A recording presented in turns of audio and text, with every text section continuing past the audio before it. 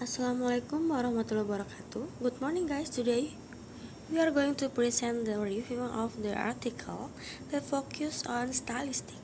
And the article is about gaya bahasa dalam kumpulan lelucon para koruptor karya Agus Nur.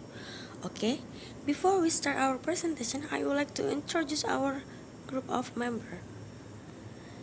First is Ika Cahya Hartiningsi. The second is Safira Mahruza Ambilia, the third is Cahya Ningsi, and the last is Azah Sabiatus Zahiro. Alright, without any further ado, let's start the presentation. Okay, next. What inside? First, summary, the strange, the drawback, and the last is conclusion. Okay, next. The summary. This research was conducted by Murdiana Yusak Yudhoyono, Irma Suraya Hanum, which aims to describe the form of figure of speech, the meaning of figure of speech, and the function of the figure of speech contained in the short story Saksi Mata Koruptor Kita Tercinta, lelucon para koruptor dan pemalsu kenangan karya Agus Nur. The study used a stylistic study to analyze data and a descriptive qualitative approach. The techniques used in data collection are reading and note-taking techniques, while in the data analysis process using the method of data reduction, data presentation, and drawing conclusion. Next, the result of this study. In a collection of short story, Lelucon Para Koruptor by Agus Nur utilized a variety of figure of speech, namely, first, comparative figure consists of simile, metaphor, personification, allegory, and the second, construction language consists of hyperbole, paradox, circumstance, and the last is structural manipulation figure in the form of antithesis figures. The most dominant use of figure of speech is the comparison of similar types. The collection of short story on the jokes of the corruptors has an implicit meaning in it.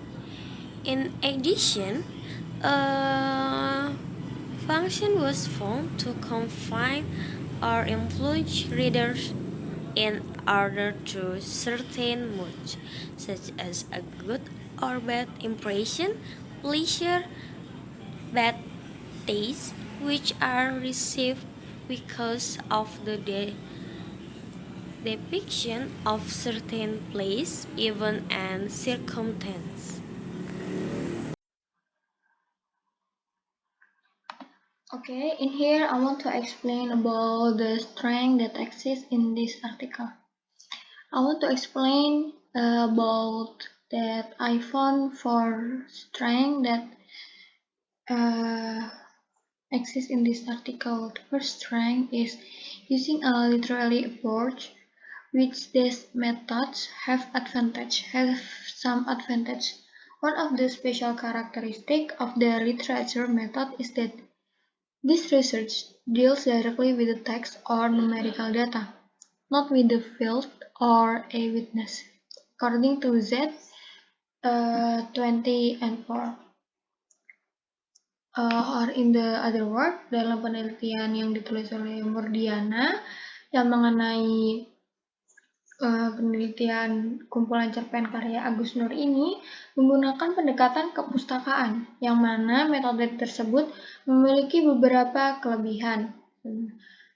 Menurut dikutip dari Z tahun 2004, salah satu ciri khusus metode kepustakaan adalah penelitian yang berhadapan langsung dengan teks atau data maupun angka, bukan dengan lapangan ataupun saksi mata.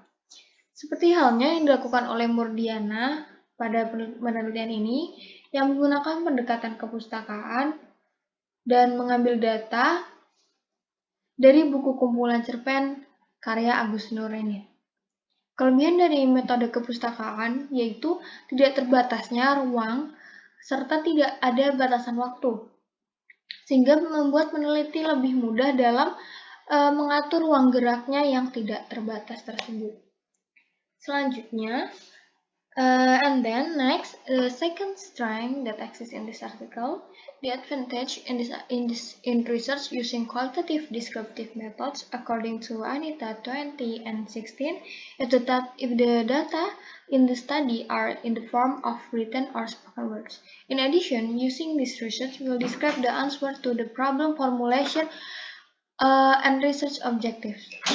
Or we can say mengenai kelebihan dan kelebihan yang ada dalam penelitian yang menggunakan metode deskriptif kualitatif seperti yang dilakukan oleh Murdiana dalam penelitian ini. Hal tersebut sangat sesuai dengan sumber data yang diambil oleh Murdiana. Karena menurut Anita pada tahun 2016, jika disebut penelitian deskriptif kualitatif karena data dalam penelitian ini berupa kata-kata tertulis atau lisan.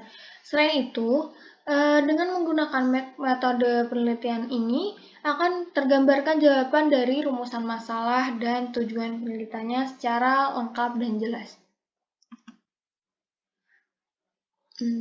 Next, the third strength that found in this article. The research conducted by Murdiana fulfills the basic concepts of stylistic research. If a stylistic study should be rigorous, retrievable, and replicable according to Simpson 2004. Penelitian yang dilakukan oleh Murdiana ini, atau dengan kata lain, penelitian yang dilakukan oleh Murdiana ini memenuhi konsep dasar dari penelitian stylistik.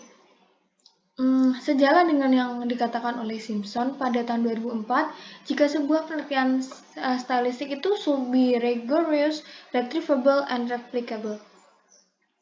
Bisa dilihat dalam bagian metode penelitian dijelaskan secara runtut mengenai bagaimana peneliti memproses data dan memahami pola dalam suatu bahasa. Hal itu termasuk ke dalam konsep rigorous sendiri. Selanjutnya, di bagian landasan teori. Pada penelitian ini termasuk konsep retrievable karena pada landasan teori tersebut memuat beberapa pengertian dari stilistisian lain atau peneliti stilistik yang lain. Dan yang terakhir, penelitian yang ditulis oleh Murdiana ini juga memenuhi konsep replicable karena metodenya yang cukup transparan yang diperjelas pada bagian hasil dan pembahasan yang memungkinkan orang lain atau peneliti lain dapat mengikuti dengan menganalisanya serta dapat direplikasikan. And the last strength in this article is when compared to Ermawati's 2011 research on short stories, the research written by Murdiana is more complex, especially in explaining the theoretical basis of language style, which is grouped according to time.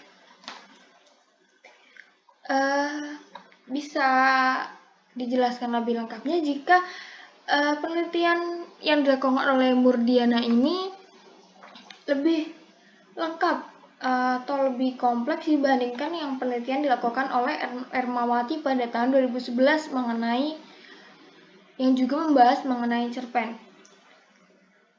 Hal ini terutama pada cara menjelaskan landasan teori gaya bahasa yang dikelompokkan sesuai jenis, misalnya majas pengontrasan atau pertentangan, salah satunya adalah majas hiperbola. Hal ini sangat berbeda dengan yang dijelaskan oleh pada penelitian Ermawati yang pada landasan teorinya langsung disebut jenis gaya bahasanya yang hanya mencakup metafora, simile, dan hiperbola saja.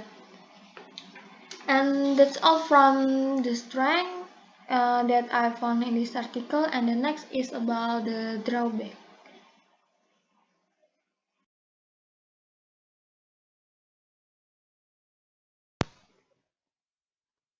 Okay, the next is the drawback. First, Mardini does not mention the theory of short stories, even though the story is described as a set of propositions that are syntactically integrated. Number second is the author used a diction that is not appropriate in his research. Bivalue states that writers must be careful in choosing words because the words written must be considered their meaning. Number third, research on a collection of short jokes by Agus Nur focused on the characteristics of the lexical stylistics which analyze diction and the figure of speech used such as affirmation, comparison, contradiction, and satire. And the last is the author does not include the research objectives, while the goal is important because the purpose of the frame of mind is to clearly describe how the thinking frame will be used by the researcher.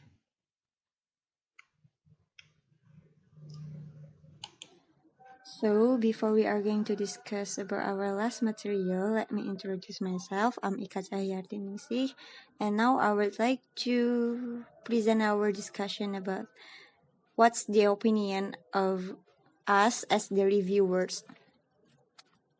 As reviewers, we support this article because this research is to broaden our understanding of the realm of stylistic studies. Moreover, regarding language style. This research focuses on describing the form of figure of speech, the meaning of the figure of speech, and the functions of the figure of speech, which is contained in short story Saksi Mata, Koruptor Kita Tercinta, Lelucon Para Koruptor, and Pemalsu Kenangan, created by Agus Nur. And also, this article has strengths in the methods and approach used. Besides, the research will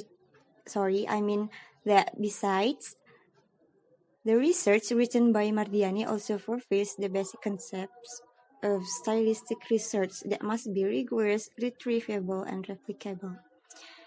However, there are deficiencies in the writing of the research, such as in the completeness of the theory, diction writing, and writing of the research objectives.